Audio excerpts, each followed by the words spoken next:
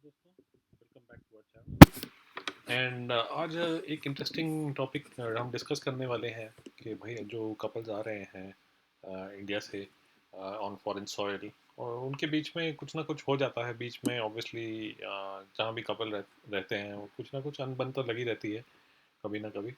But if it turns into a big fight, then what should you do? And in case both of you are on visa, तो इस चीज़ को कहाँ तक लेके जाना चाहिए, और ये डोमेस्टिक प्रॉब्लम कैसे सॉल्व करनी चाहिए? What should you do in cases of domestic rift on a visa? ये है आज का टॉपिक। तो चलिए स्टार्ट करते हैं। तो भाई सबसे पहली बात तो है कि avoid the rift as much as you can, because you both are on visa. And कोई भी बहुत बड़ी प्रॉब्लम वो आपके दोनों के लिए, आपके दोनों करियर्स, दोनों के करियर्स ख़राब हो सकते हैं, दोनों का फ्यूचर ख़राब हो सकता है, बच्चे का फ्यूचर ख़राब हो सकता है। तो avoid the rift and solve it amicably as soon as possible. Communicate बहुत ज़रूरी है कि कम्युनिकेट करें आपस में, जो भी प्रॉब्लम होती है बात करें। बातचीत से ही चीज़ें सुलझती हैं। और नहीं होता है तो किसी एक थर्ड पार्टी, जैसे कि कोई फैमिली मेम्बर है, उनको जूम कॉल पे लेके या उनको फ़ोन कॉल पे लेके इसको सॉल्व करें। बट ये बहुत ज़रूरी है आपस में सॉल्व करना, क्योंकि आप दोनों वीज़ा पे हैं और ये छोटी मोटी बात नहीं होती है। Domestic rift, domestic violence, domestic abuse, ये बहुत बड़ी चीज़ होती है। आपका वीज़ा तो खैर कैंसिल ही होगा इन सब चीज़ों में। और कहीं भी का भाई का भी नहीं शायद मिलेगा, क्योंकि ये सारे वीज़ा सिस्टम्स आजकल लिंक्ड है वेस्ट में। तो मैं तो ये बोलूँगा कि सबसे पहले avoid the rift, solve it if you can, communicate, involve family members, live separately. अगर नहीं होता है, बिल्कुल भी सॉल्व नहीं हो पा रहा है, बहुत टाइम दे लिया आपने, और कोई बहुत बड़ा इशू हो गया है बीच में, तो किसी की ट्रस्ट इशू है अगर, तो फिर live separately till you both have separate visas.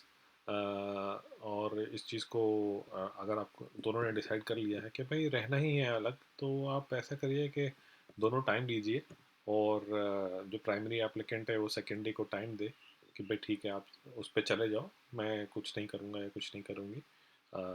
तब तक आप ट्राई करो अपना नया वीज़ा लेने का। और प्रॉबली अगर बच्चा भी है इसमें इन्वॉल्व, तो आप इसमें जो प्राइमरी एप्लीकेंट है वो सेकेंडरी को हेल्प कर सकता है उनकी दूसरे वीज़ा पे जाने के, जैसे कि कोई जॉब लगवा दें या पढ़ाई के लिए फ़ंड कर दें उनको। तो वो आपस की अंडरस्टैंडिंग से ही होगा।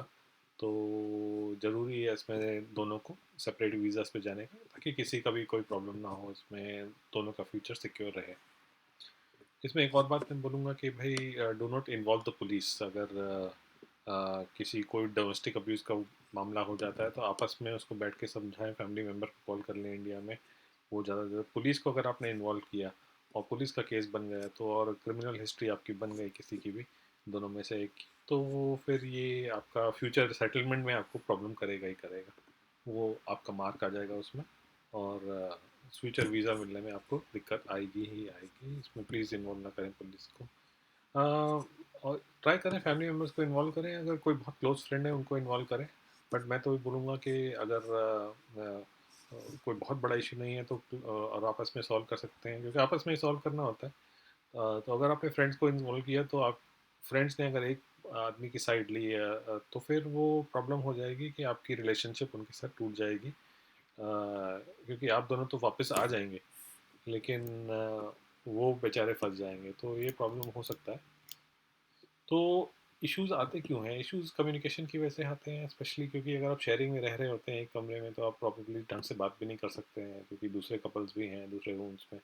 तो मैं तो ये सजेस्ट करूँगा कि आप थोड़ा सा कम खा लें, ज़्यादा घूमने इधर उधर खर्चे की मत करें, बट आप प्राइवेटली रहें, एक अपना प्राइवेट स्पेस लेके रहें। एक रूम हो चाहे वो अलग ही हो, उसकी सेपरेट एंट्रेंस हो, और शेयरिंग में अवॉइड करेंगे अगर आप कपल हैं उसमें रहना।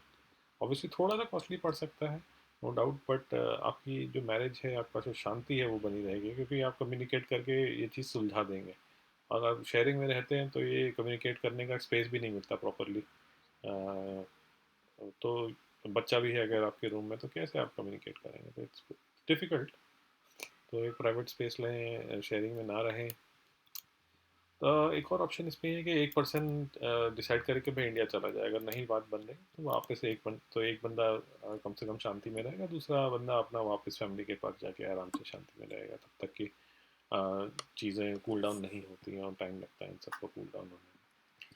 तो अ, इसमें एक और चीज़ है कि अगर नहीं रहना है तो भाई आप जाएं वापस इंडिया, वहाँ पे डिवोर्स ले लें और फिर चाहे तो दोनों मिलके सेटलमेंट करके फिर अलग अलग वीज़ा पे वापस आएँ या कहीं और वीज़ा पे जाएं। बट मैं ये सजेस्ट करूँगा, अगर आप यहाँ लोकली फॉरेन सॉइल पे अगर आप डिवोर्स लेना चाहते हैं, वो भी पॉसिबल है और जल्दी हो जाता है, no doubt about it. But ये आप तब करें जब आप दोनों के वीज़ा सेपरेट हो गए हैं। तो जैसे एक दोनों के प्राइमरी वीज़ाज हो गए हैं, प्राइमरी एप्लीकेंट्स बन गए अपने अपने वीज़ा के, तो तब आप जाके इसको लीगली आप सेपरेट हो सकते हैं। तो उसमें कोई बहुत बड़ा फिर आपको दोनों के करियर्स पे या रहने की उस पर इशू नहीं आएगा, एक आदमी डिपोर्ट नहीं होगा for no fault of theirs. So मैं तो ये बोलूँगा कि भाई there is so much going against you on a visa, employers, laws, government, सब इमिग्रेंट्स के अगेंस्ट ही सारा सिस्टम काम करता है और उन्हीं को एक्सप्लॉइट किया जाता है। बट अगर आप स्टिक करें टुगेदर एज अ फैमिली तो you can win this war and till your visa last और you get permanent residency in that country. तो ट्राई करें if you can stick it around, even if नहीं हो रही बन रही तो कम्युनिकेट करें आपस में, शायद अंडरस्टैंडिंग बन जाएगी, क्योंकि बाकी सब तो अगेंस्ट है ही हैं। एक ही आदमी, एक ही चीज़ है आपके पास जो कि फैमिली आपके साथ रहेगी, तो अगर आप फैमिली के साथ बना के रखते हैं तो then probably you could fight it out और you could sustain this difficult period. बच्चों के सामने ना लड़ें, सबसे वो तो कॉमन सी बात है। तो क्योंकि वो आप you can get actually reported by the kid, अगर किड ने रिपोर्ट कर दिया कि भाई माता पिता लड़ रहे हैं, तो आप दोनों का वीज़ा प्रॉब्लम आएगी, क्योंकि वो हिस्ट्री में चढ़ जाएगा आपके। बहुत सारी चीज़ें होती हैं, लोनलीनेस होती है, होम सिकनेस होती है, तो उसमें ब्लेम गेम ना शुरू कर दें आपस में। ज़्यादा है तो एक एक आदमी वापस चला जाए और एक दूसरे कंपैरिजन ना करें आप दूसरे कपल्स के साथ। उन सबके पास प्रॉब्लम होती है, सबके, ये बहुत कॉमन चीज़ें होती हैं डोमेस्टिक इश्यूज आपस की। तो ये बहुत कॉमन है, हस्बैंड वाइफ के बीच में होता ही है।